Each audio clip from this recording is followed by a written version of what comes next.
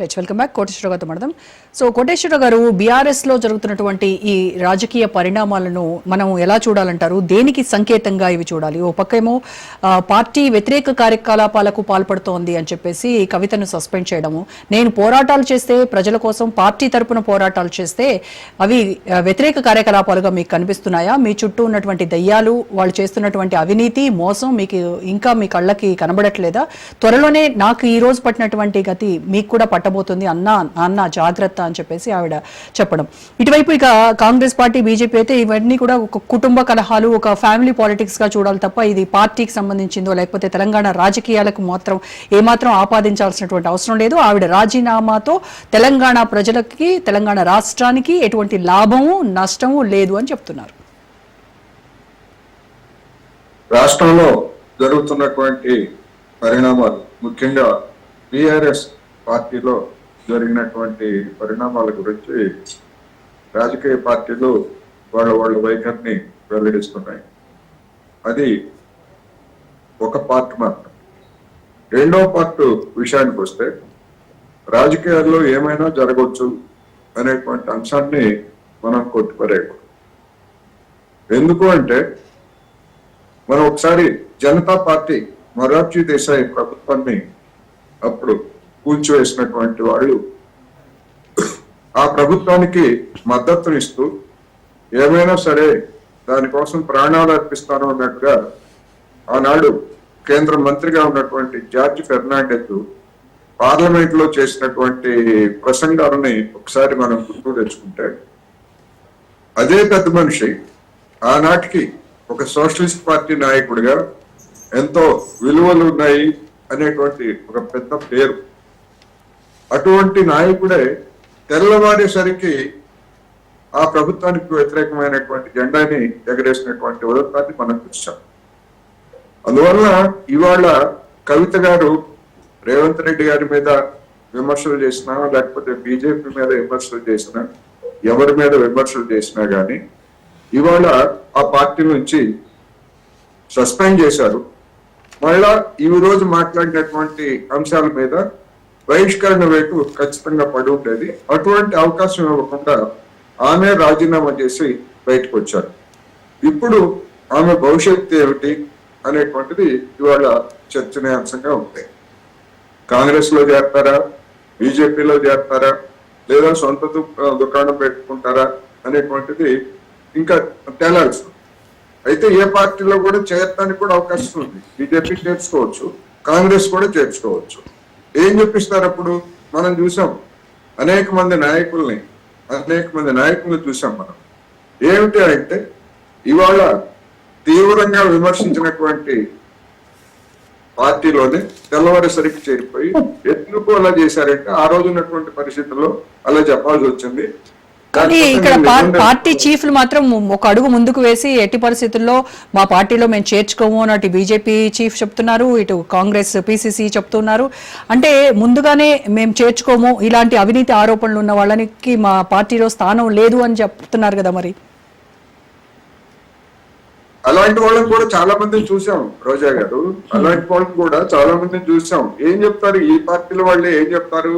ఆమె నిందితురాలే తప్ప నేరస్తురాలు కాదు, లేకపోతే ఆమె మీద వచ్చినటువంటి ఆరోపణలు రుజువు కాలేదు అనే పేరుతోటి బీజేపీలో చేరినటువంటి వాళ్ళందరినీ వాళ్ళు సమర్థించుకుంటున్నటువంటి తీరు అదే కదా.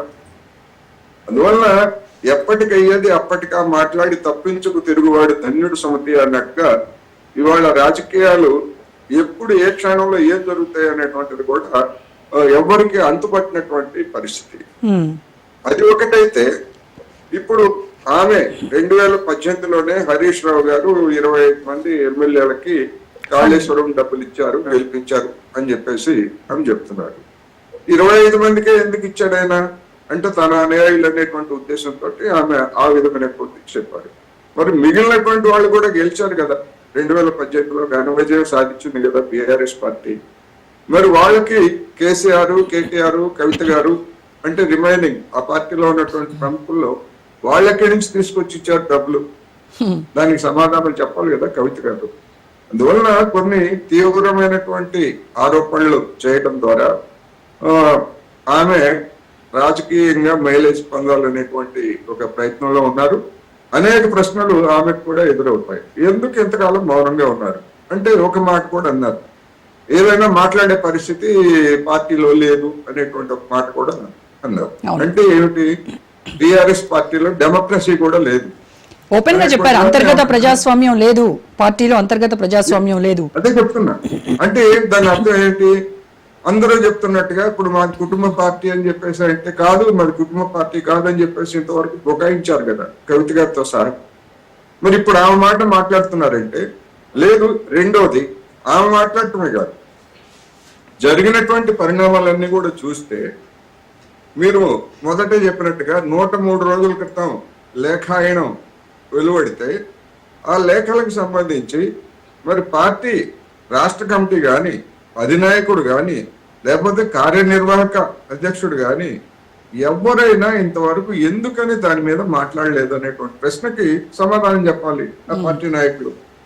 ఆ తర్వాత జరిగినటువంటి ఉదంతాలు ఇప్పటికీ కవిత గారు రెండోసారి హరీష్ రావు మీద లేదా సంతోష్ రావు గారి మీద చేసినటువంటి విమర్శలు, ఆరోపణలకి ఇంతవరకు మరి అధినాయకుడిగా ఉన్నటువంటి కేసీఆర్ ఎందుకని మాట్లాడలేదు? అనేక సందేహాలు కేసీఆర్ నాయకత్వం మీద కాదు, సామర్థ్యం మీద కూడా. ఎందుకని ఆమె చెప్పింది ఏమిటి, ఆయన ఒక విధంగా బందీగా చేసి కోటరీ అంతా కూడా తమ పని కానిచ్చుకున్నారు అనే పద్ధతుల్లో కూడా ఆమె మాట్లాడేది.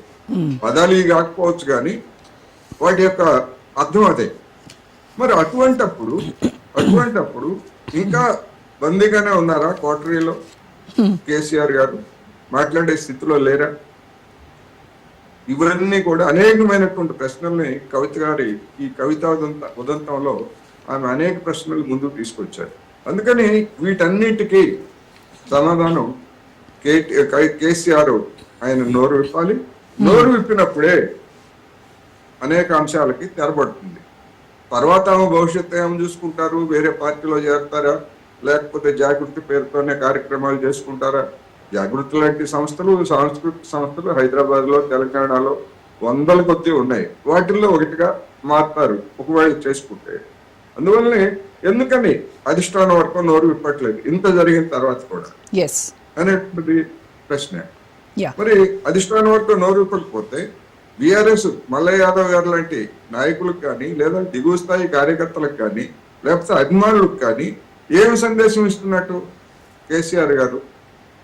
ఆమె తీవ్రమైనటువంటి తనయ. ఎందుకంటే మల్లయ్య యాదవ్ గారికి కూడా కోటరీలోకి వెళ్ళడానికి అవకాశం లేదు, కానీ ఒక కవిత కుటుంబ సభ్యురాలుగా, తండ్రితోటి సన్నిహితంగా రాజకీయాల్లో మెరిగినటువంటి వ్యక్తిగా ఆమెకు అనేక విషయాలు తెలుసు.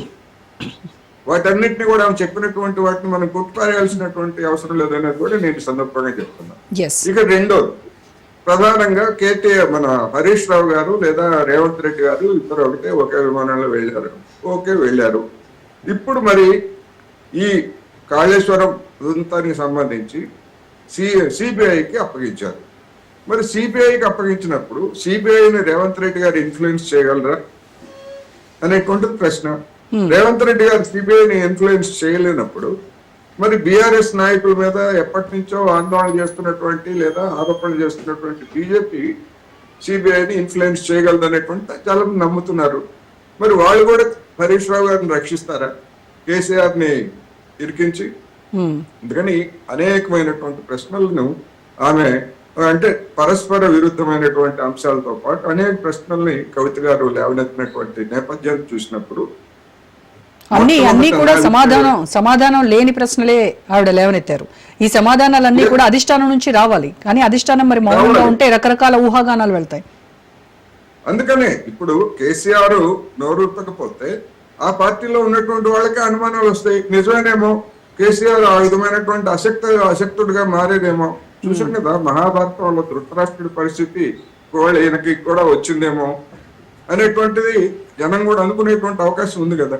అందువలన ఏమైనప్పటికీ ఇది కుటుంబ కలహం ఇంకేమాత్రం కాదు. ఎందుకంటే బహిరంగంగా వాళ్ళు మాట్లాడుకున్న తర్వాత, బహిరంగమైనటువంటి కామెంట్స్ చేసిన తర్వాత ఎవరైనా, మీరు కావచ్చు, నేను కావచ్చు, ఇతర పార్టీలు కావచ్చు, ఏ కామెంట్ వాళ్ళ అభిప్రాయాలు చెప్పడానికి ఎవరికైనా రైట్ ఉంటుంది. అవును, ఎగ్జాక్ట్లీ.